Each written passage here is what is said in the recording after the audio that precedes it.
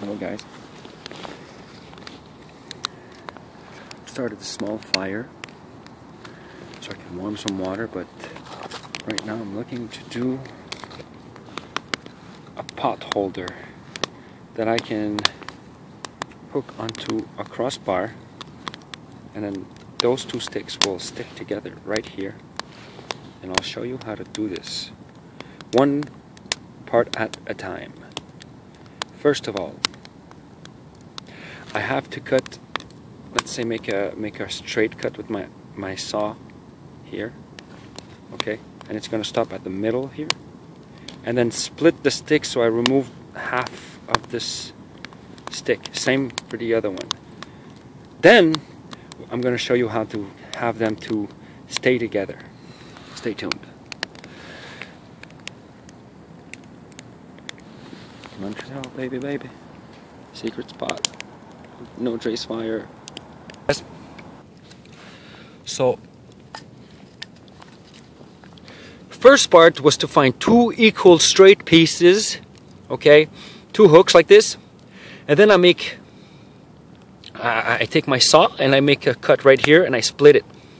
Second of all, I need to undercut this so it forms this type of groove, and then make another bevel here so those two will fit in together, and then we will fit the piece that will lock those two pieces together. The reason why there's an edge here, there's a diagonal edge here, is that once they're stuck here, they won't be able to separate, because there's going to be a piece right here that's going to hold those two pieces together. Stay tuned, guys. I'm sure you're going to like it. I had to deal with what I had. So this is a real dry piece of wood, and this was from, it looked like a dead tree, but it wasn't, so I had to deal with it. I had to taper it, so I made it smaller. Anyways, it's gonna be a fragile piece, but I'm sure I'm gonna succeed into what I want to do. A little tea wouldn't hurt. Oh well, so the first part has been done.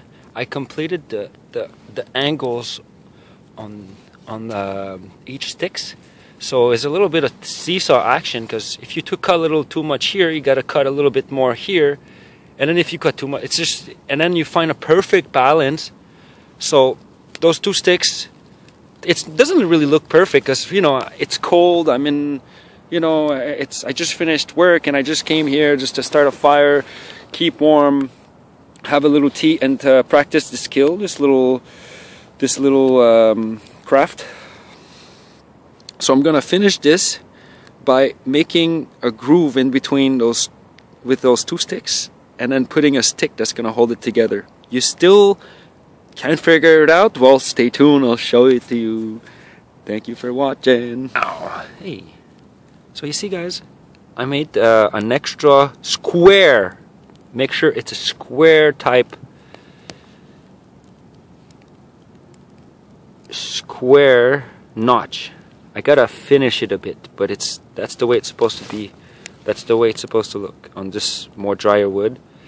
This is what it's supposed to be. And then I'm gonna stick a piece in between, and it's gonna lock those two pieces together, and I can run around saying I did it. Okay. Woohoo! But it's not perfect. I had to basically make do with what I could find. And this is what I ended up with. I'm gonna finish those little tampering here, just finish it, and I'm gonna put that into one of my billy cans just to say that it's there, and it's an accessory that you would basically find made out of metal, that which you would have to find a hook from a painter's hook and stuff like that. But I just want to use this elegant way to hang a pot over a fire on a crossbar, and yeah, just in a few seconds I'll be done with it. Alright, so as promised, I'm really not satisfied about the overall quality and looks of it. I'm gonna do a little finishing of it, but this is what it's supposed to be like. You choose two straight pieces with a hook on it, so that you split halfway on the straight stick, okay, and then you do what you see here. Words can't really Just words are useless sometimes. Just look. Okay, so now I'm gonna saw this piece off here. Okay, and here's a little things. Okay, little disadvantage. It chipped here, so the corner here cannot really support this for the pressure, but the other corner here is perfect. I mean, it's really a 90-degree angle. Did not chip. But this is just gonna be an example. This is just an example. And you know, when you go out camping, and sometimes you just don't want to have to take time to make those things as you come into the camp and start making fires and boiling water. So I just came here today after work just to have a little scout around, find the wood to make my fire, and then find these pieces of wood to make my my pot holder.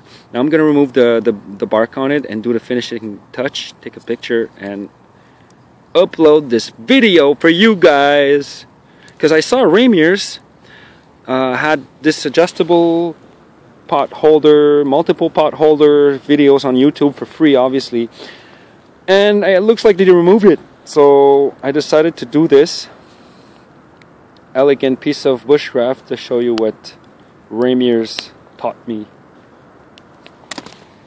I just want to go now, so that's roughly what happens. So I can just put a crossbar and attach my pot over a fire perfectly.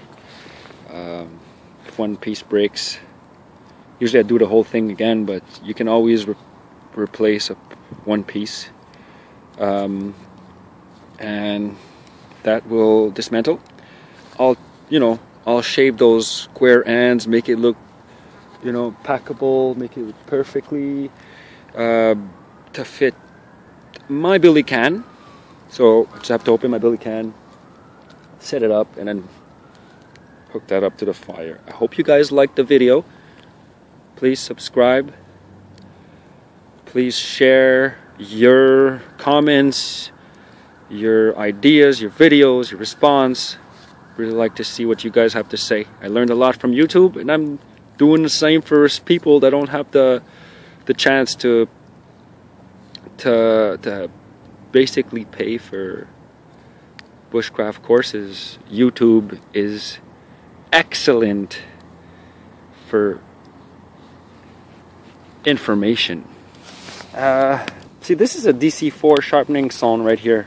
Okay, which broke, so I put the part that's not sharpened, okay, against the stone, and then I just slip my multi-tool in there, and then surprise surprise, I put a fire steel here and close the whole thing down perfectly. Yes sir, there's a compass there. All right, well, this little kit here is amazing. I pretty much have what those two tools give you in a less solid version. It's a multi-tool. It's marvelous. There's a small saw, there's a knife. So hey, this multi-tool, this pouch contains everything that I need for a hike. It's pretty convenient. With this bottle, if you're not going to cook anything, stainless bottle is perfect. If you want to just make freeze-dried food, or just basically if your water's going to freeze, rather put it in a stainless bottle and warm it next to the fire. That's my suggestion. So hey, thanks for watching, guys.